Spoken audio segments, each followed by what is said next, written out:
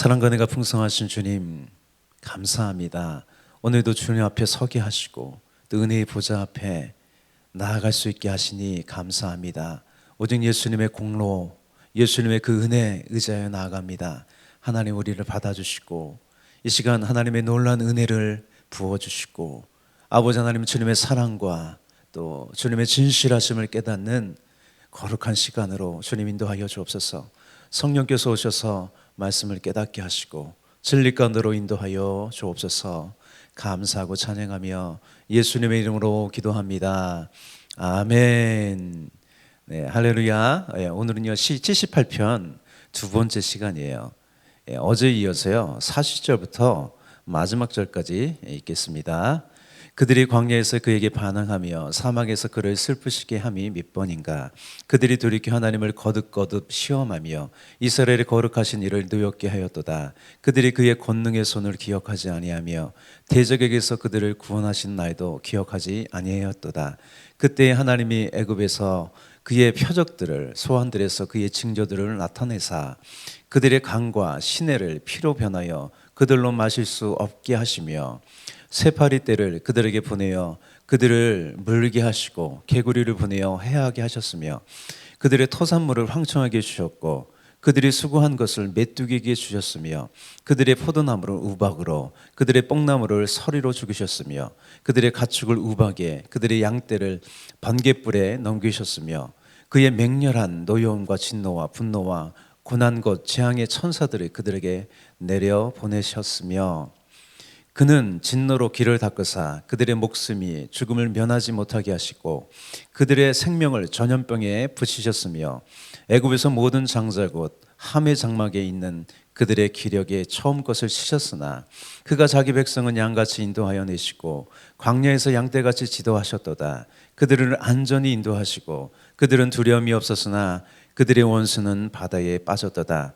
그들을 그의 성소의 영역 곧 그의 오른손으로 만드신 산으로 인도하시고 또 나라를 그들의 앞에서 쫓아내시며 줄을 쳐서 그들의 소유를 분배하시고 이스라엘 지파들이 그들의 장막에 살게 하셨도다. 그러나 그들은 지존하신 하나님을 시험하고 반항하여 그의 명령을 지키지 아니하며 그들의 조상들 같이 배반하고 거짓을 행하여 속이는 활같이 빗나가서 자기 산당들로 그의 노여움을 일으키며 그들의 조각한 의상들로 그를 진노하게 하였음에 하나님이 들으시고 분내어 이스라엘을 크게 미워하사 사랑 가운데 세우신 장막 곧 실로의 상막을 떠나시고 그가 그의 능력으로 포로에게 넘겨주시며 그의 영광을 대적의 손에 붙이시고 그가 그의 소유 때문에 분내사 그의 백성을 칼에 넘기셨으니 그들의 청년은 불에 살라지고 그들의 처녀들은 혼인 노래를 들을 수 없었으며 그들의 제사장들은 칼에 엎드러지고 그들의 가비들은 애곡도 하지 못하였도다. 그때에 주께서 잠에서 깨어난 것처럼 포도주를 마시고 고합치는 용사처럼 일어나사 그의 대적들을 쳐 물리쳐서 영원히 그들에게 욕되게 하셨도다. 또 요셉의 장막을 버리시며 에브라임 지파를 택하지 아니하시고 오직 유다 지파와 그가 사랑하시는 시온산을 택하시며 그의 성소를 산의 높음같이 영원히 두신 땅같이 지으셨도다. 또 그 종 다윗을 택하시되 양의 우리에서 취하시며 전양을 지키는 중에서 그들을 이끌어내사 그의 백성인 야곱 그의 소유인 이스라엘을 기르게 하셨더니 이에 그가 그들을 자기 마음의 완전함으로 기르고 그의 손의 능숙함으로 그들을 지도하였도다. 아멘. 78편 두 번째 시간이에요. 78편은 역사시죠. 온 세상의 역사는요 하나님부터 시작된 하나님의 세계죠.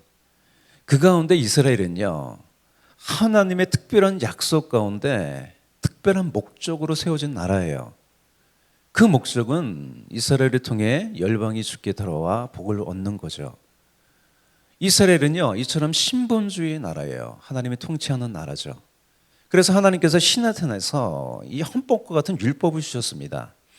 이스라엘은 하나님의 통치를 받고 하나님만을 섬기는 복된 나라였어요. 성수의 영역에 있는 거죠. 모세는 가나안 땅을 앞둔 이스라엘을 향하여 이렇게 말합니다. 이스라엘이여 너는 행복한 사람이로다. 여호와의 구원을 너같이 얻은 백성이 누구냐? 그는 너를 돕는 방패시요 내 영광의 칼이시로다. 내 대적이 내게 복종하리니 내가 그들의 높은 곳을 밟으리로다. 이렇게 하나님만을 섬기면 승리로 이끄시고 복을 주시고 복된 길로 이끄실 텐데 이스라엘은 어떻게 합니까? 아삽은요, 본문을 통해 과거 이스라엘이 어떻게 했고 또 그들에게 하나님은 어떻게 하셨으며 더 나아가 하나님께서 미래에 어떻게 하실지를 보여줍니다. 그래서 본문에서 가장 많이 나오는 단어가 이스라엘을 가리키는 그들이 나오고요, 하나님을 가리키는 그는이 나와요. 본문의 시작은요, 이스라엘 광야에서 하나님을 슬프게 했던 일을 언급하는 거예요. 우리 40절, 41절 볼게요. 그들이 광야에서 그에게 반항하며 사막에서 그를 슬프시게 함이 몇 번인가. 계속해서 그렇게 했다는 거예요. 그들이 돌이켜 하나님을 거듭거듭 시험하며 이스라엘이 거룩하신 일을 노엽게 하였도다. 이스라엘은요, 하나님께 반항했어요. 반역했다는 거죠. 또 하나님을 시험했어요. 하나님을 시험했다는 것은 뭐냐면 하나님 믿지 않고요, 하나님을 보잘것없는 존재로 취급했다는 거예요. 이스라엘 백성들은 하나님을 무시했습니다. 말씀을 무시했어요. 이것은요, 하나님께서 행하신 일들이요, 그 위대한 일을 망각한 것에 기인하는 거예요. 41절에서 그것을 말하는 거예요. 그들이 그의 권능의 손을 기억하지 아니하며 대적에게서 그들을 구원하신 날도 기억하지 아니하였도다.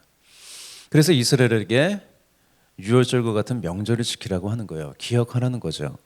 이어서 시인은 과거 이스라엘을 구원하시기 위해 행하신 일들을요, 기억해 주기 위해서, 기억하기 위해서 43절에서 53절까지 상세히 거론합니다. 하나님은 애굽에서요, 억압과 탄환으로 종살이하던 이스라엘을 구원하시기 위해 애굽에 재앙을 내리셨어요. 그의 재앙들은요, 애굽이 섬겼던 신들과 관련이 있어요. 강의 신도 있었고 개구리 신도 있었고 그 신들에 대한 심판이었죠. 마지막 결정적인 재앙은요, 애굽의 모든 장자가 죽는 사건이었죠. 이것을 통해 누가 참된 신인지 알게 되었던 거예요. 하나님께서 애굽을 이렇게 심판하여 이스라엘을 구출하여 자신의 소유된 백성이 되게 하셨어요. 하나님께서 친히 목자가 되사 이스라엘을 양떼같이 보호하시고 인도하셨습니다. 은혜를 베푸셨어요. 52절, 53절 볼게요. 그가 자기 백성은 양같이 인도하여 내시고 광야에서 양떼같이 지도하셨도다. 그들을 안전히 인도하시니 그들은 두려움이 없었으나 그들의 원수는 바다에 빠졌도다.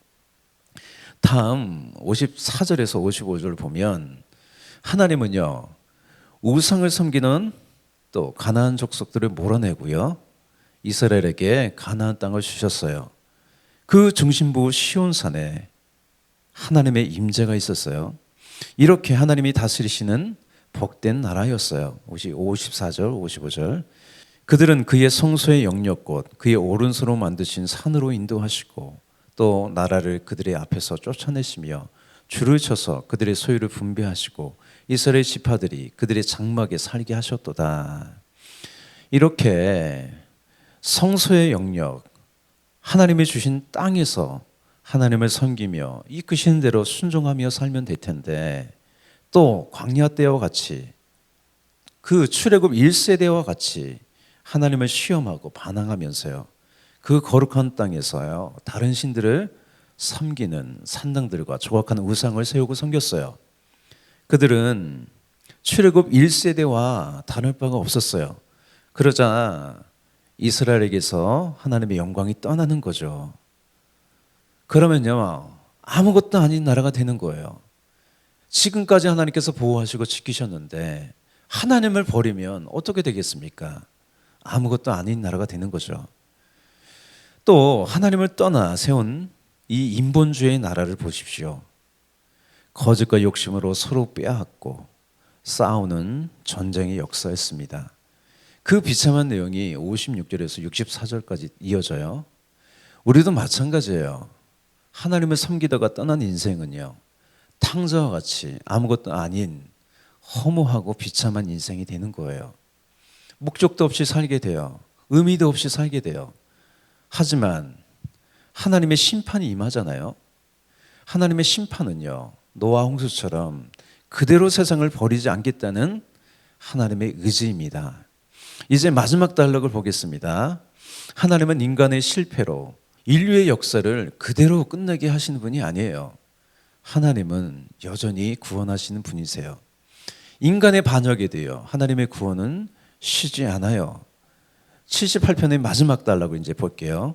이 단락에서요, 하나님을 사랑했던 이 목동 다윗을 세워서요, 이스라엘의 주권자로 삼으셨어요. 우리 사무엘하 7장 8절을 보면 이렇게 되어 있어요. 그러므로 이제 내 종 다윗에게 이와 같이 말하라. 만군의 여호와께서 이와 같이 말씀하시기를 내가 너를 목장 곧 양을 따르는 데에서 데려다가 내 백성 이스라엘의 주권자로 삼고. 하나님은요, 다윗을 통해 은혜를 베푸시기를 원하셨어요. 하나님은 유다 지파 다윗과 영원한 언약을 맺으세요. 또 그 나라가 영원할 것이라고 약속하셨어요. 우리 마지막 68절에서 72절까지 우리 함께 읽겠습니다. 오직 유다 지파와 그가 사랑하시는 시온산을 택하시며 그의 성소를 산의 높음같이 영원히 두신 땅같이 지으셨도다. 또 그의 종 다윗을 택하시되 양의 우리에서 취하시며 전 양을 지키시는 중에서 그들을 이끌어내사 그의 백성인 야곱 그의 소유인 이스라엘을 기르게 하셨더니 이에 그가 그들을 자기 마음의 완전함으로 기르고 그의 손에 능숙함으로 그들을 지도하였도다. 오늘 아삽을 통하여 우리에게 들려주는 하나님의 역사를 보았어요. 그러나 하나님의 역사는 이것으로 끝나지 않아요. 이 아삽이 우리에게 알려주는 역사는요, 하나님의 열린 역사예요. 하나님은요, 끊임없는 인간의 반역에도요, 세일을 행하시는 분이에요. 과거 이스라엘에게 행하셨던 것처럼 광야에 길을 내시고 사막에 강을 내시는 분이세요. 다윗과 언약 맺은 그 1000년이 지난 후 이 땅에 다윗 언약의 성취이신 메시아 예수 그리스도가 오셨어요. 마태복음 9장 36절 볼까요? 무리를 보시고 민망히 여기시니 이는 저희가 목자 없는 양과 같이 고생하며 유리함이라. 예수님은 우리를 이끄는 그 영원한 구원으로 이끄는 목자이세요. 예수님은 삶의 아무런 목적도 없이 방황하던 우리의 목자가 되시고 길이 되시고 영원한 생명이 되셨어요. 영원한 소망을 우리에게 주셨어요. 예수 그리스도를 통한 구원은요, 완전합니다. 예수님은 영존하시고 완전하신 우리의 왕이십니다. 마지막으로 계시록 5장 4절 5절 볼게요.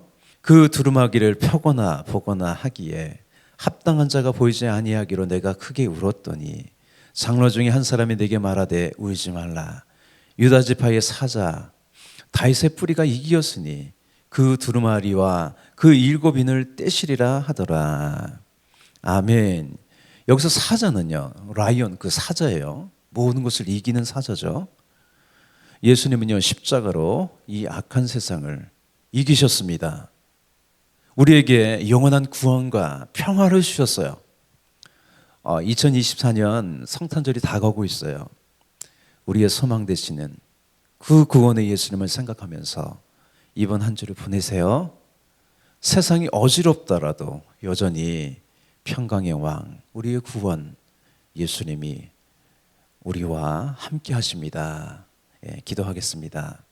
사랑과 은혜가 풍성하신 주님, 끊임없는 인간의 반역에도 쉬지 않고 우리에게 구원을 베푸시며 아버지 하나님 끝으로 예수님이 이 땅에 오셨고 영원한 구원을 이루셨습니다. 세상이 이러저러해도 여전히 예수님은 평강의 왕으로 온 세상의 통치자로 계십니다. 그 완전하신 나라가 아버지 하나님 다가오고 있습니다. 하루하루 예수 그리스도의 그 은혜 가운데, 그 능력 가운데 평화의 왕을 모시고 사는 우리 인생 되게 하여 주옵소서. 오늘도 그렇게 살아가기 원합니다. 하나님 영광 받으십시오. 높임 받으십시오. 찬양하며 우리 주 예수 그리스도의 이름으로 기도합니다. 아멘. 하늘에 계신 우리 아버지여, 이름이 거룩히 여김을 받으시오며 나라 임하옵시며 뜻이 하늘에서 이루어진 것 같이 땅에서도 이루어지이다. 오늘날 우리에게 일용할 양식을 주옵시고 우리가 우리에게 죄진 자를 사하여 준 것 같이 우리의 죄를 사하여 주옵시고 우리를 시험에 들게 하지 마옵시고 다만 악에서 구하옵소서. 대개 나라와 권세와 영광이 아버지께 영원히 쌓옵나이다. 아멘.